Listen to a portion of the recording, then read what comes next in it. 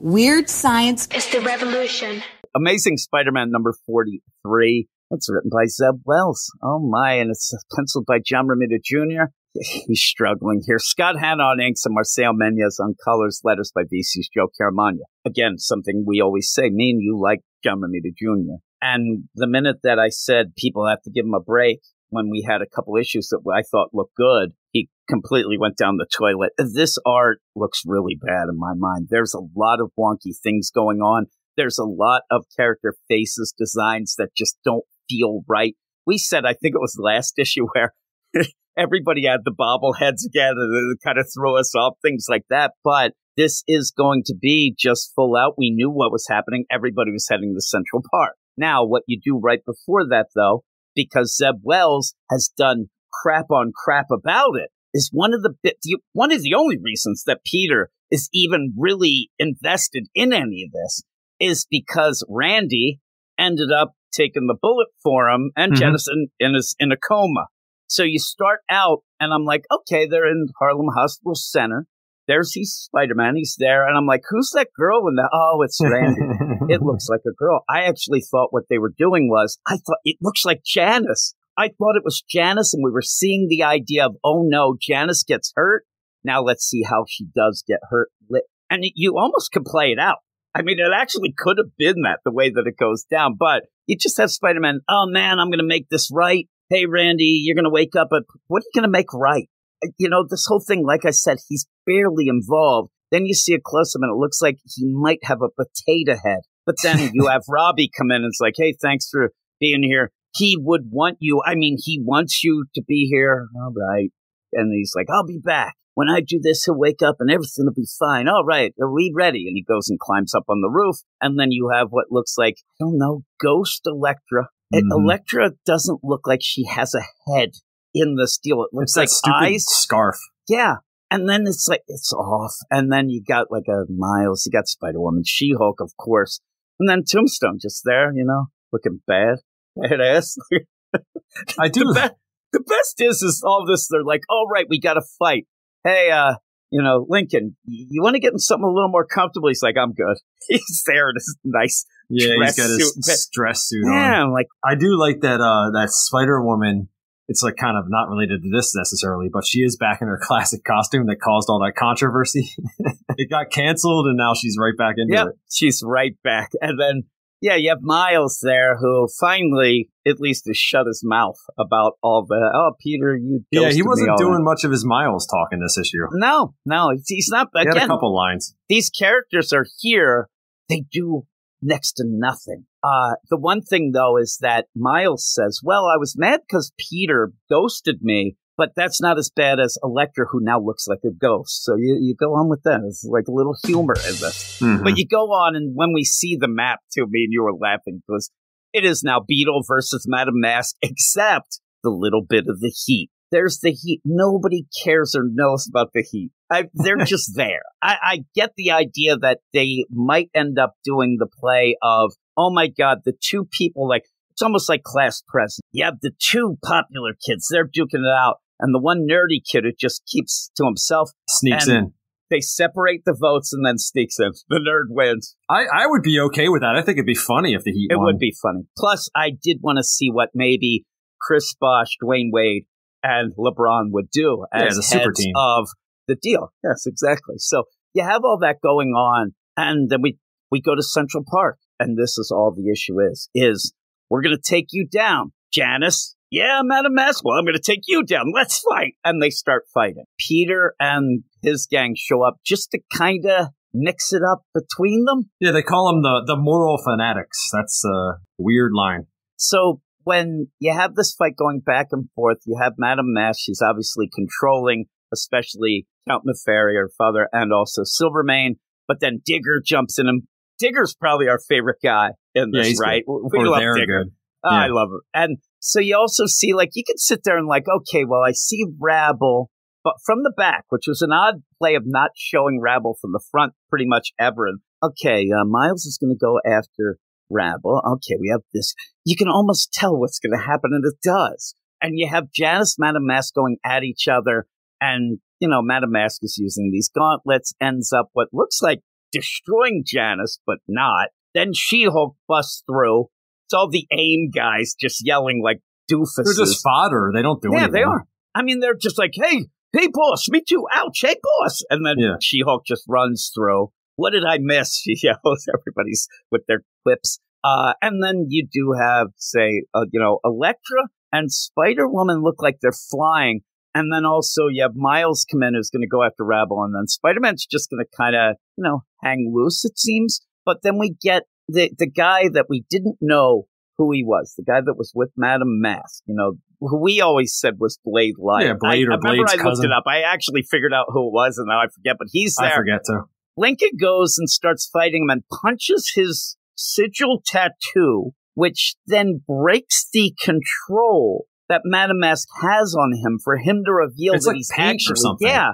It looks like, to me, it's like an energy deal, but it doesn't work. But somehow it gets smeared or smudged. Yeah, it gets hit, and he's like, "Oh, you broke me out of this mind control. Thank you. I'm an undercover FBI agent. I'm here to take down the gangs." And then Lincoln's like, "Oh, you want to take down me? Oh no, not really. But we're worried about your daughter. Okay, good night." Boom, punches him, knocks him out. I'm like, all right, well that didn't do much.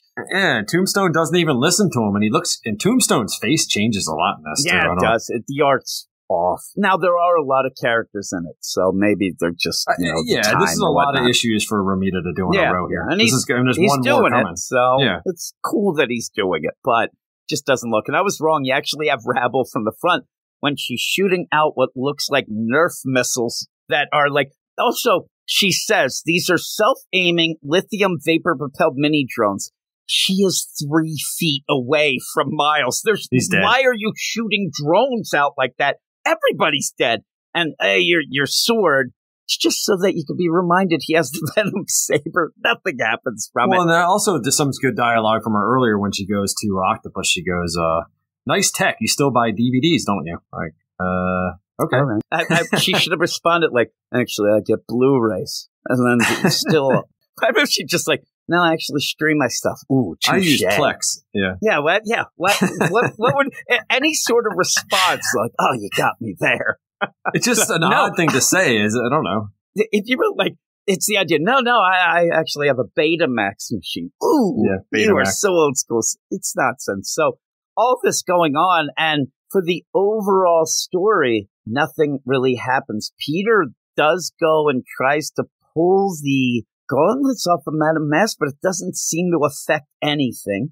He pulls them off, but they don't do anything. It doesn't matter. She doesn't need those. They were just extra that she got from Rabble. Yeah, from Rabble. Rabble gave her that. So, but you say that it pulls off one. She still has the other. And she's going around. So then Peter hits Al. The owl jumps at him just to show the owl's here. I guess there's no other reason for him to be here. And it's such a weird. It's because you have Madame Mask controlling everyone. So says, Elsa, get him. Boom. Tilak-sa. And then realizes, again, should have at the beginning, you have to save your super attack, which is, hey, everybody, kill Spider-Man.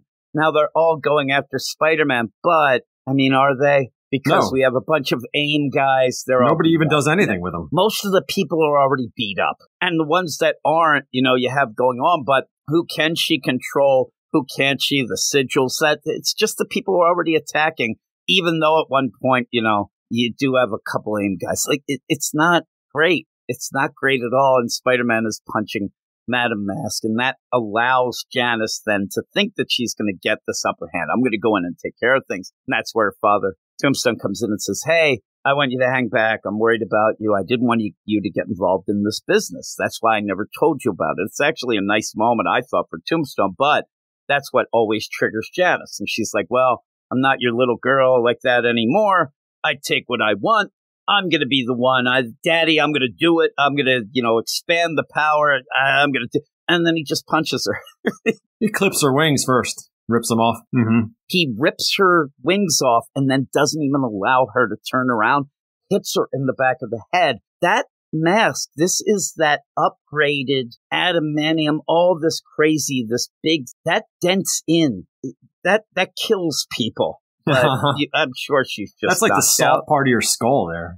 All I can think of, well, there we go. She then from here Harlem Hospital, it was her at the beginning. No, it was just a very effeminate-looking Randy. But yeah, she's out, Randy's out, and then Lincoln says there's one person who's going to, win this, and it's me. And you're like, all right, well, we wasted a lot of time to get to that, but man, I like your look. Look at him with those. I don't like black jeans. I know they're probably dress pants, but they look like jeans, and I want to. They're pretty more form fitting than I would think he would go for. And I want to think that maybe they're like back in the day Chuck Norris action jeans, where you could do a lot of like flying kicks and stuff. Because I think he's going to rip those pants, and they're probably expensive. Look at him there. And of all the things in this, I don't mind that right there. Tombstone, he looks kind of cool, but Tombstone throughout the issue, he morphs in and out. If people didn't know Tombstone because of how he looks anyway, you would think he is kind of a morpher, but he's not. Like his superpower is a morphing different. Yeah.